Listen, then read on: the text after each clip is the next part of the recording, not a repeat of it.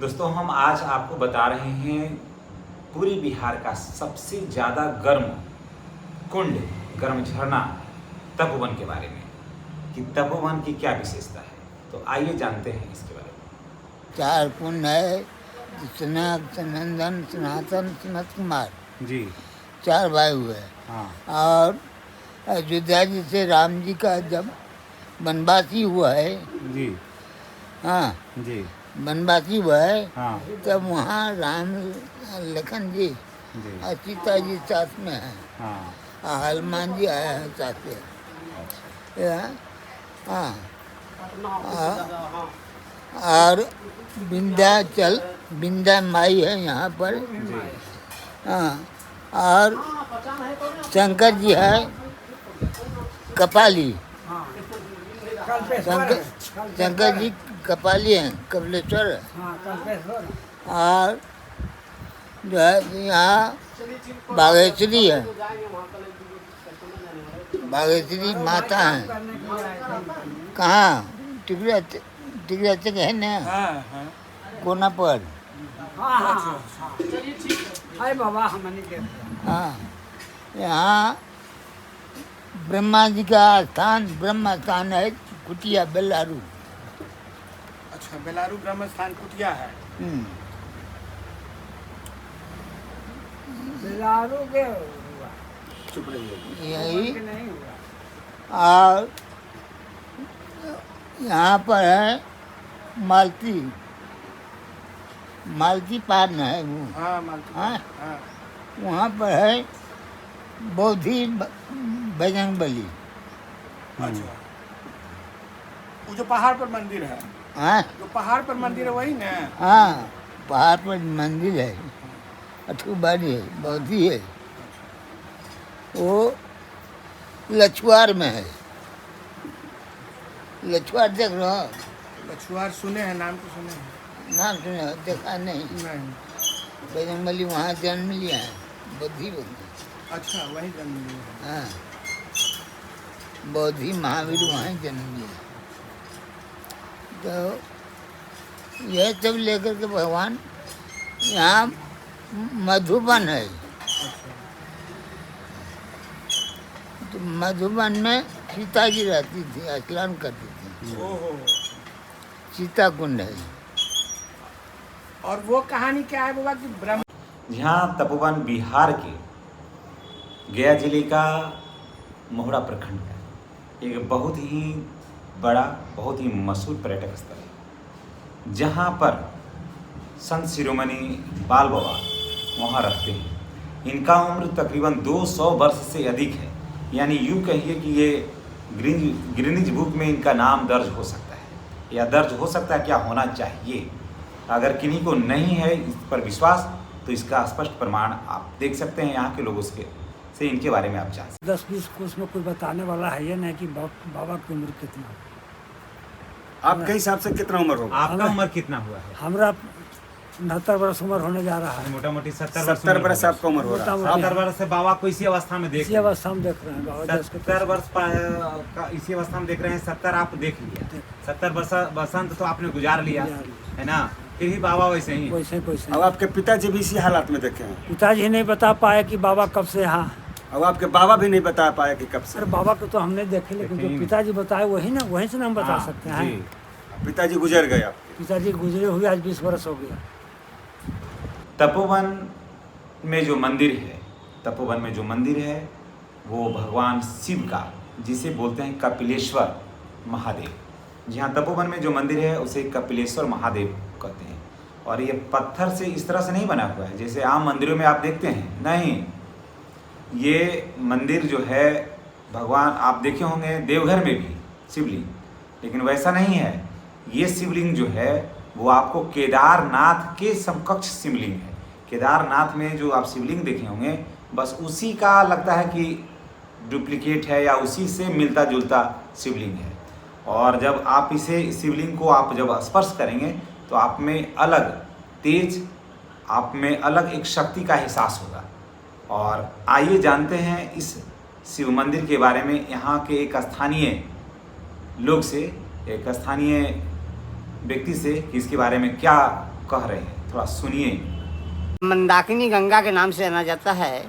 इस सती अनुसुईया को प्राप्त हुआ है। जी। गंगा जी प्रत्यक्ष दर्शन हो गए, सती अनुसुईया को वरदान दिए हैं, क्योंकि ये भूमि जो अत्रि भूमि है, अत्रि ऋषि का स्थल है। अच्छा। और एक बार इस क्षेत्र में बहुत बड़ा दुर्भिक्ष अकाल पड़ गया, तो सती ये अत्रि ऋषि समाधिस्थ हो गए।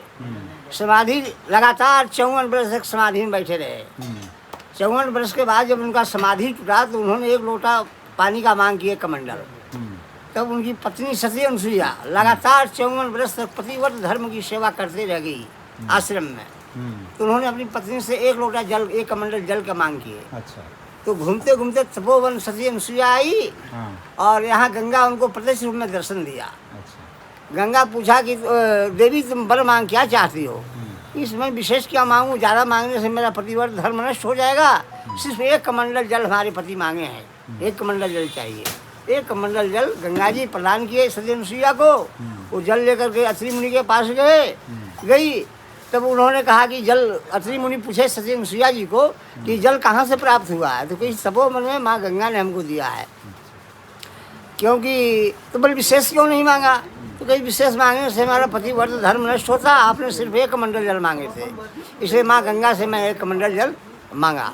तो बोल पुनः वहाँ जाओ और सती माँ गंगा को आराधना करो। जब वो पसंद हो तो वरदान स्वरूप में ही मांगना कि हमारे पतिदेव जब तक इस क्षत्रिय भूमि पर तपस्या करते रहें तब तक झरना के रूप में प्रवाहित रहे। पुनः सती अनुसुईया तपो बनाती है और घोर गंगा का आराधना करती है, तपस्या करती है। गंगा पसंद हो जाती है। पसंद होने के बाद कहती है देवी वर मांग क्या चाहती हो? तो सती अनुसुईया ने कहा कि हमारे पतिदेव जब तक इस क्षत्रिय भूमि पर तपस्या करते रहें तब तक आप झरना के रूप में बहते रहिए। तब गंगा ने कहा कि ठीक है, मेरा एक शर्त है, उसको यदि पूरा करो तो मैं ऐसा कर सकती हूँ। तो शर्त क्या है? तो तुमने 54 वर्ष तक पतिव्रत धर्म का जो सेवा किया है, 1 वर्ष का फल हमको दे दो। तब 1 वर्ष का फल सती अनुसुईया ने माँ गंगा को अनुदान में दिया है। तब कहीं की धरती खोदो। धरती खोदने के बाद एक हाथ किसी प्रकार धरती को खोद सकी। अच्छा। सती अनुसुईया उसी में गंगा प्रवेश कर गई। अब कोई जाओ, मेरा नाम मंदाकिनी गंगा होगा, मैं सदा तपोवन में विराजमान रहूंगी। यही कथा है। उस दिन से सदा निरंतर गंगा के धारा यहाँ तपोवन में विराजमान है, झरना बह रहा है। तपोवन आप आते हैं, क्या आपको पता है कि तपोवन में 88,000 से अधिक, उस समय आज से हजारों वर्ष पहले 88,000 से अधिक संतों का, ऋषि मुनियों को दफन कर दिया गया था वहाँ। सोचिए कि कितना बड़ा मठ था वहाँ। और ये कहाँ है? अभी ठीक जो कपिलेश्वर जो मंदिर है, अब ब्रह्मकुंड है, बीच में का जो स्थान है ना, इसमें गड्ढा करके 88,000 ऋषि मुनियों को इसमें डाल दिया गया था। ऐसा स्थिति हो गया था तपोवन का। और सनातन धर्म के प्रति लोगों में कितना आक्रोश था और इसको दबाना चाह रहे थे। लेकिन कहता है ना कि सत्य कभी दबता नहीं है। सत्य जो है वो कुछ क्षण के लिए दबता है, लेकिन सत्य परेशान होता है, लेकिन सत्य पराजित नहीं होता है। और जीत करके पुनः सबों को पराजित कर करके पुनः तपोवन अपने मकाम पर है। आइए इसके संबंध में बाल बाबा क्या कह रहे हैं थोड़ा। कितना ऋषि का समाधि है बाबा? 88,000। 88,000 ऋषि का समाधि है। हाँ, रामायण से बोलते हैं। ओ, इसका मतलब कि ये आज जो जिस अवस्था में है, ये पहले और भी वैभवशाली था। हाँ। इसका इतिहास और भी बेहतरीन था। हाँ। तभी ना जब 88,000 से ऊपर ऋषि मुनि यहाँ जब रह रहे थे, इसका माने कि एक तरह से जानिए कि यूनिवर्सिटी से भी ज्यादा है ना, इतना तो कहीं नहीं। नवपाषाण युग का बात नहीं है, पूर्व पाषाण युग की हाँ। और वहाँ समाधि है, ये पूर्व पाषाण युग की है। तब 88,000 ईस्वी का समाधि है। हनुमान जी बजरंगबली है और सब देव लोग हैं। इसी जगह ये है आपका सीता, कृष्ण भगवान और राधा, ये ढह गया है। उसका देखने वाला कोई ना यहाँ पर है, बगले में पुरवारी है जो ढह गया है, उसको देखने वाला कोई नहीं। बगल में एक वाक्य मैं भी बताता हूँ आपको कि जैसे हम सर लोग सबसे पहले थोड़ा आप अपना परिचय बता देते। मेरा नाम विघ्नेश्वर कुमार है और मैं भी बाबा का ही एक अनुयायी हूँ और सेवक हूँ। मैं स्थानीय हूँ, यहाँ का सेवतर मेरा घर है। एक बार की बात है कि बाबा से मैं बहुत पहले से बचपन से ही जब से देखा है बाबा इसी रूप में है। तो जो रूप में आज हैं वही रूप में मैं बचपन में था तब पर भी थे। हम लोग का उम्र खसकते चला गया, हाँ। लेकिन बाबा वैसे ही है। प्रमाणित है, इसको कोई प्रूफ की काट जरूरत नहीं है। आप यहाँ पे 90 साल के व्यक्ति से भी पूछ लीजिए, 90 साल के व्यक्ति से भी पूछिए, वही आपको यही कहेगा। और 50-20 साल के लड़के से भी पूछेगा तो वही कहेगा। ये जो झरना कुंड है जी, एक बार की बात है कि मैं यहाँ पे हमेशा आता रहता हूँ और बाबा से एक अनुराग है हमारा हाँ और विश्वास है हमारा बाबा में। जी, बहुत जोड़ के इधर गर्मी पड़ती है, पहाड़ी क्षेत्र होने के चलते। तो एक बार क्या हुआ कि ये कुंड में झरना चलना बंद हो गया। ओ अचानक बंद हो गया झरना चलना जी, गर्मी के दिन में। और बाबा उस समय एक जगह यज्ञ करवा रहे थे, मंझोस गांव है जमुई जिला के अंदर। जी, तो वहाँ यज्ञ करवा रहे थे, सारे लोग व्याकुल हो गए, प्रशासन से लेकर सब लोग, बड़े बड़े साइंटिस्ट आए कि भाई पानी का स्रोत कैसे खत्म हो गया, पानी क्यों नहीं आ रहा है, क्योंकि कभी खत्म नहीं हुआ पानी आज तक। कभी नहीं। और ये साक्षात मेरा देखा हुआ है कि बाबा आए हैं, बाबा को खबर मिली वहाँ अपने आप अच्छा। कि वहाँ झरना में पानी नहीं आ रहा है कुंड बंद और हो गया। कुंड बंद हो गया, पानी नहीं आ रहा है। बाबा वहाँ यहाँ आए हैं और यहाँ कदम रखने के साथ उसी दिन झरना शुरू हो गया अपने आप है। शुरू ये हो गया। प्रमाणित है, ये आप किसी से भी पूछ लीजिए। ये तो मेरे आंखें देखी है, ये हम लोग को देखा मेरे हुआ। आंखों देखी है। ये हम लोग को देखा हुआ। हाँ कितना दिन का ये घाटा, ये बात है? ये 4 साल पहले जो प्रचंड गर्मी पड़ी थी उसकी बात है।